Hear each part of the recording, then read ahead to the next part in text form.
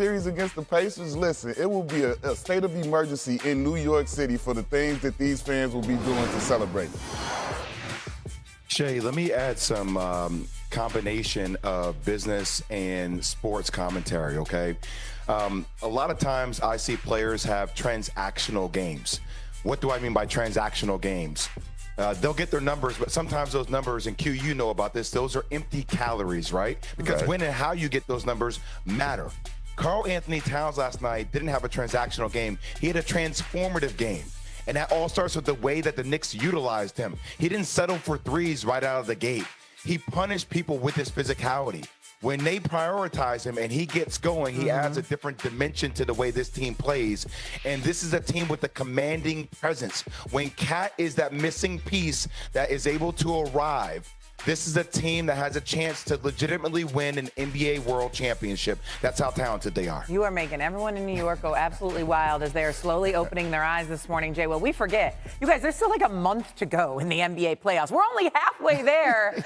But nonetheless, there's reason for excitement, obviously, in New York. On the other side of things, we've got the Celtics. Their championship reign has now come to an end thanks to the Knicks in 6 games. And there are a lot of question marks that come with this. JWill, where do the Boston Celtics go from here?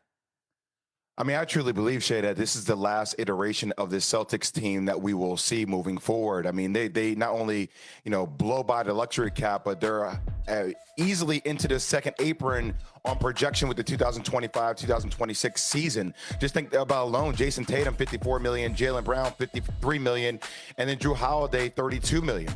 So just those 3 alone get them almost in the cap. I think you're going to see Al Horford. You're going to see a guy like Derek White. Al Horford's obviously older. Derek White's going to be commanding $28 million a year. Peyton Pritchard, $7 million a year. That's the 6th man of the year. He's actually on the cheap. But there's no way with the amount of capital into this team that you are able to keep them together. And then it seems like next year is going to be a gap year with Jason Tatum being out. Jaylen Brown's going to be expected to do more. You have to revamp this whole roster in order to keep up with this arms race in the Eastern Conference. Yeah, Brad Stevens is going to be hard at work here over the next couple of months, that is for certain. Let's go out west now.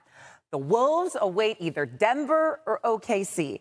Game 7 is tomorrow. QR code, this is what we mean. We're going to scan in on this game closely with Q here. What is the code the Thunder must live by to get past the Nuggets tomorrow? SGA. SGA is likely going to be named the MVP. They need an MVP-type performance from SGA. And also, they need the bigs to be able to slow down Joker. I mean, obviously, he's made his impression felt and started to step up big. But overall, from the OKC Thunder, they need a full complement. They need an SGA MVP-type game, and they need the full supporting cast to support him in whatever ways they can. Points, defense, rebounding, all the way around the board. But he has to be magnificent. The Thunder are favored by 8.5 points in this game. That feels like a lot of points, with or without Aaron Gordon. Time for JWill or Jay won't. JWill or won't. The Thunder win Game 7. Q, if Aaron Gordon is able to play, it's a Game 7, Q. Yeah. Like, I hear everybody on the hamstring. I'm going to say JWill take Denver to not only cover, but also to win the game. Just because I believe this. Yes, I think SGA will win the MVP.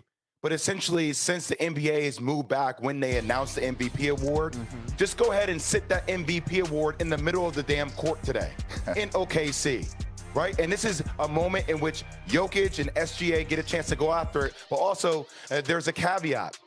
Russell Westbrook, going back to OKC, a place he started his career. They've been leaving him wide open. His numbers have been atrocious in this series. I think this is a moment in time where Russell Westbrook steps up to the plate and takes a moment to seize OKC and snatch away their soul on the road. That's a thumbs up for you, Q. So you want them to hang the trophy in the middle of the court like a table ladder chair match? It is weird they haven't handed out that MVP trophy yet. I'm with you, JWill. Q and Shay, think about this. So if SGA wins it, but Jokic gets the win, right? Oh, that's you don't want to win it that way. You know what I mean, Q? You got to get this one. Right. You'd rather have the win, obviously, than the MVP trophy. So you got to get it, especially if you're at home, if you are the Thunder. Game 7 tomorrow, 3:30 Eastern on ABC. These two will be locked in. 5 letters. 10 between both of them. And then I can't do math with my name. Thank you. NBA analyst Quentin Richardson and Anscape senior writer David Dennis Jr. And guys, I almost wore my Timbs on SportsCenter this morning because it is that serious. The Knicks are going to the Eastern Conference Finals. We got our resident former Knick here with us, and I know you've seen the videos. I know you've seen the people on the polls. What's led to this moment for the New York Knicks? I mean, they made all the right moves, bringing this team together, and I feel like when he got to the money time, these guys came out in Game 6 with the proper sense of urgency. They gave their fans a chance to get into it early. You had a good Cat Anthony in the first quarter, and the guys rallied, man. After that, the wheels fell off. It was just a rout.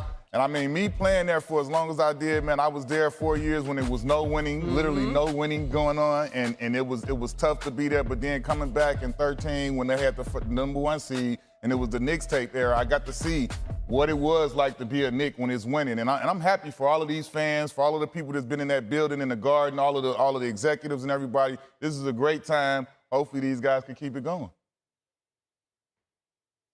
Yeah, the Knicks now have their PhD in playoffs. It's one thing coming into the playoffs as the little brother and you go into Boston and you shock them with a couple of games where you come back down 20. It's another thing to have a Game 6 closeout game where you are expected to win and you shut the door on them from the gate. And a lot of that is because of Karl Anthony Towns and the way that he came out early in that game, dominating down in the paint, being aggressive, staying out of foul trouble, and really never giving that Boston Celtics team a chance to get a lead or to feel any sort of momentum. The Boston Celtics did not have the energy that they needed, and the Knicks capitalized on it. Mitchell Robinson was out there looking like David Robinson. You had OG Anunoby flying around the court. Jalen Brunson was there closing them out, and they shut the Celtics water off before they ever had a chance. This is veteran-level championship basketball that they showed last night.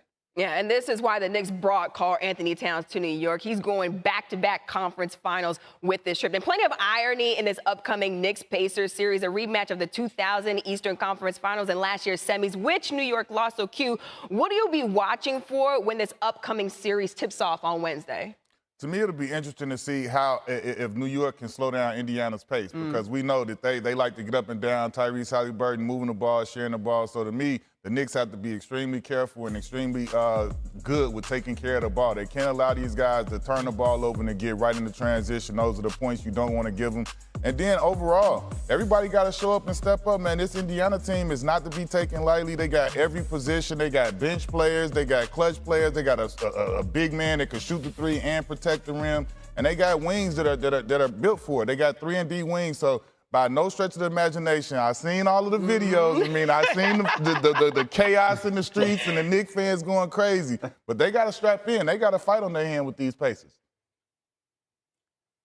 Yeah, this is not a foregone conclusion that they are making the finals at all. And I'm with you, Q, because this is about pace. This is about the Pacers having more depth. And they're going to try to tire that Knicks team out. They're going to utilize that full court press, because what this series is going to go down to, I think it's going to go 7. What it's going to go down to is those clutch numbers and those clutch performances.